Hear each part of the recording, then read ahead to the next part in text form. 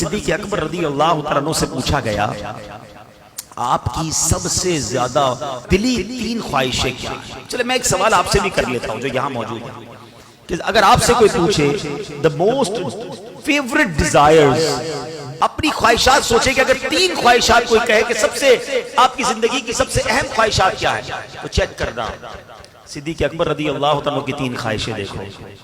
آپ کہتے ہیں میری 3 زندگی کی سب سے بڑی خواہش ہے. کہتے ہیں پہلی ہے النظر الیک، دوسری ہے والجلوس بین یدیک، اور تیسری ہے وانفاق مال علیک. ہائے ہائے ہائے کیا موتی جیسے الفاظ ہیں. معنی بعد میں بتاؤں گا، خالی عربی سنتے ہیں تو لطف آنے لگ گیا. عاشق اکبر کی باتیں ہیں نا. کہتے میری 3 خواہشیں ہیں، بس اپنے آقا کو دیکھتا رہا. النظر الیک وانفاق مالی علیک، میں نبی پاک پر اپنا مال خرچ کرتا رہا. والجلوس بین یدیک، میں بس نبی پاک کے قدموں میں حاضر رہوں، میں ادھر ہی بیٹھا رہوں. اب دیکھو عاشق اکبر کی خواہشات تھی نا، اللہ نے یہ تینوں کیسے پوری کی ہیں. پہلی خواہش والنظر الیک، بس آقا کو دیکھتا رہا. جب نبی پاک خطبہ فرماتے تھے نا، بیان فرماتے تھے، سارے صحابہ دو زانو بیٹھ کر ادب کے ساتھ سر جھکاتے تھے، آقا کے چہرے کو نہیں دیکھتے تھے. صرف ابو بکر صدیق رضی اللہ تعالیٰ اور حضرت عمر فاروق رضی اللہ تعالیٰ یہ نبی پاک کے چہرے کو دیکھتے، آقا انہیں دیکھتے. وہ نبی پاک کو دیکھ کر مسکراتے، آقا انہیں دیکھ کر مسکراتے. تو اب پہلی خواہش النظر الیک، آئے ہائے کیسے پوری ہوئی.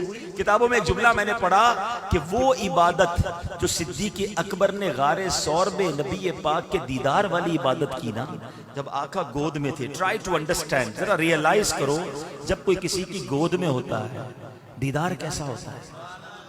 آنکھیں کیسی دیکھی ہوں گی، ابرو کیسے دیکھے ہوں گے، داڑھی کیسی دیکھی ہوگی، پیارے آقا کے مبارک کان کیسے دیکھے ہوں گے، اور کتنا جی بھر کے دیکھا ہوگا. علماء کہتے ہیں جس وقت صدیق اکبر نبی پاک کا اس وقت جو دیدار کر رہے تھے، کائنات میں وہ عبادت کوئی اور نہیں کر رہا. صرف صدیق اکبر کو یہ مقام حاصل تھا کہ اس طرح نبی پاک کا دیدار نصیب ہوا. اللہ نے پہلی خواہش ایسے پوری کی. دوسری خواہش وانفاق مالی علیک، حضور آپ پر مال خرچ کرتا رہوں، بس میری یہ خواہش ہے. آپ نے ایک بار نہیں، ایک سے زائد بار نبی پاک کی بارگاہ میں اپنا سارا مال پیش کیا. پہلے ایک اور بات بتاؤں کہ پیارے آقا علیہ الصلوۃ والسلام حدیثوں میں لکھا کہ صدیق اکبر رضی اللہ تعالیٰ عنہ کا مال یوں استعمال فرماتے تھے جیسے اپنا مال استعمال فرماتے ہیں.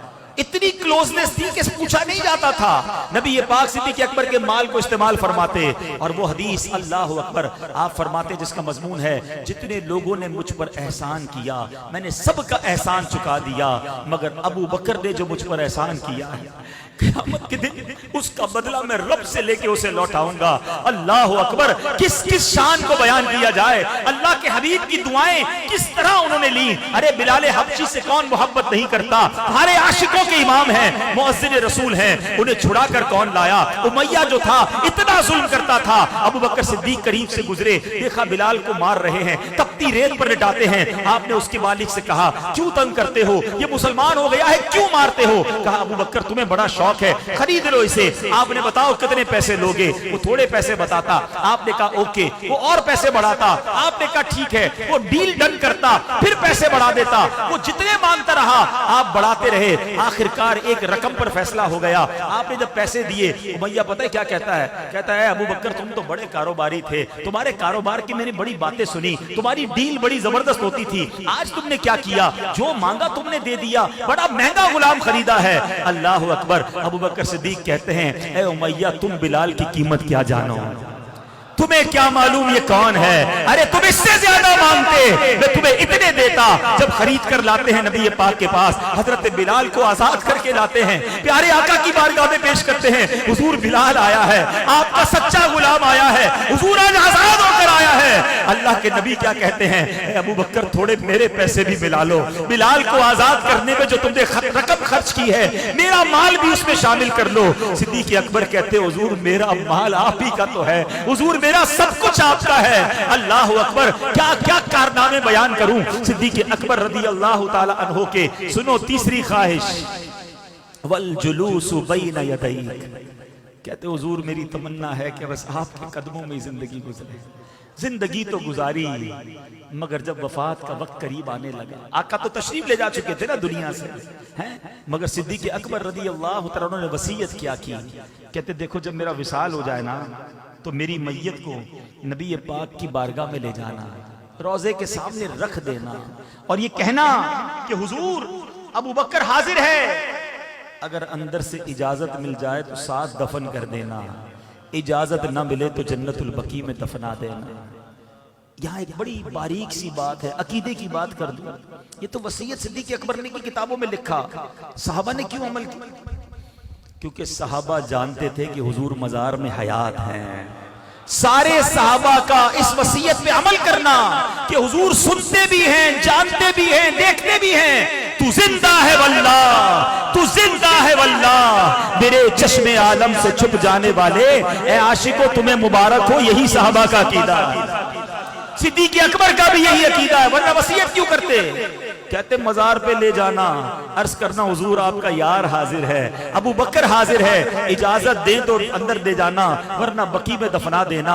صحابہ نے اس وصیت پر عمل کیا، آپ کی میت کو نبی پاک کے روضے کے سامنے رکھا گیا اور عرض کیا گیا السلام علیک یا رسول اللہ، ابو بکر حاضر ہے۔ سنو، دروازہ کھلتا ہے، تالا کھلتا ہے اور اندر سے آواز آتی ہے ادخل الحبیب الی الحبیب فإن الحبیب الی الحبیب مشتاق۔ اب حبیب کو حبیب کے پاس لے آؤ کیونکہ حبیب کو حبیب سے ملنے کا اشتیاق ہے۔ صدیق اکبر آج مزار میں بھی نبی پاک کے ساتھ موجود ہے، والجلوس بین یدیک، ارے آج بھی آقا کے پاس ہیں، آج بھی روضہ انور کے اندر ہیں۔ عاشق اکبر نے 3 تمنائیں بتائی تھیں، اللہ نے وہ تینوں کیسی پوری کی۔ دنیا میں کروڑوں لوگ جب بھی روضہ رسول پر جاتے ہیں الصلاۃ والسلام علیک یا رسول اللہ عرض کرتے ہیں اور پھر صدیق اکبر کو بھی سلام کرتے ہیں، عمر فاروق رضی اللہ عنہ کو بھی سلام کرتے ہیں۔ کیا مقدر پایا ہے۔